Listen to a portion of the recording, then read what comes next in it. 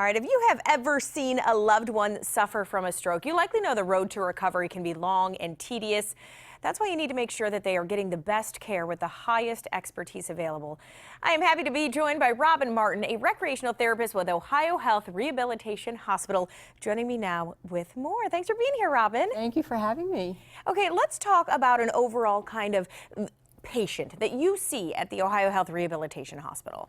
Well, we see a lot of different kinds of patients. We see a lot of stroke patients. We see people that have suffered spinal cord injuries, traumatic brain injuries.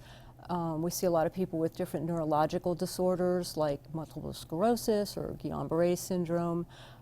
We even see people that were just really sick and became debilitated and just need to come back and regain their strength so they can go home. And what you offer, you're a recreational therapist, so what is that? How does that fit into the programming?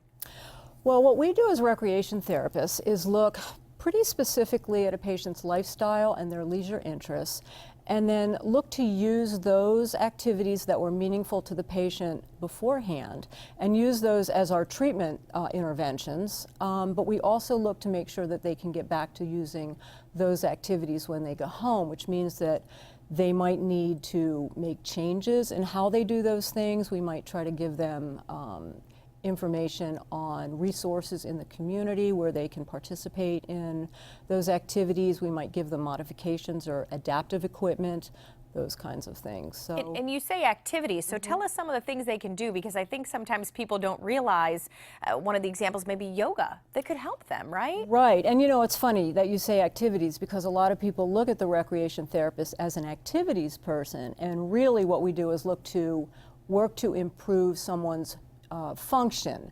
So by using yoga, by using some of the wellness activities, we really do try to embrace the overall health and well-being of the patient. So we do have a Tai Chi class, we do use a yoga, and mind you, those are modified. My goal as a recreation therapist is to maybe get those patients excited about those kinds of activities, because we know through research that the benefits are there. Right, they can be fun. They can be fun, yeah. But not everybody can get down on the floor on a yoga mat and put their ankles up behind their ears. And Sure. I always tell them ahead of time that this is not going to be the yoga kind of class that you're going to do in the community, but the idea is to give them something to look forward to, something that they can maybe look to do in the future, considering the benefits that are there, but we do modify those classes for them because not everybody can do it the way. Right, downward dog is not for everybody. And we do a modification of downward dog. We use the real movements. It's just that we do them from the chair, so nobody's on the floor. We talk, you know, in both of those classes, we talk about breathing for stress reduction, for improving anxiety, for stretching, for movement. A lot of times we'll do it with other therapists, so where I may be leading the class, another therapist, physical therapy or occupational, might actually be moving an affected limb, like the side that Sure, kind of focus on that area. Try to help them. But and speaking of dog, not a downward dog, but you have one at your side. I do have a dog. Yes, and this is a therapy dog, right? Well, she's actually called a facility dog. Facility dog, okay. She knows we're talking about her. Oshi, here. Come on. Oshi, come here. Oshi, lap. Yep. Oceana is our facility dog. She comes from Canine Companions for Independence, so she was a trained service dog, but we use a facility dog as professionals in the environment where we work, and she is very, very helpful in, number one, helping to motivate patients to participate in the therapy that we are trying to get them to do.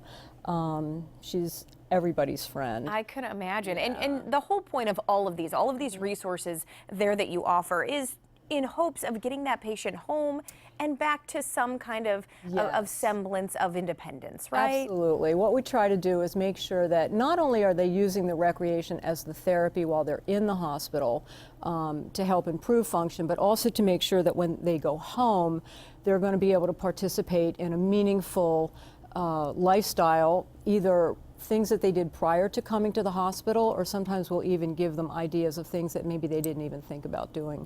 You know, a lot of our patients are working and they have had a stroke and they're going to have a lot of leisure time on their hands, and maybe before they didn't have a very active lifestyle outside of work, and so we want to make sure that they're going to use their time wisely, and make sure that it's meaningful to them. So Definitely. we do community education, we do community outings to help them with that.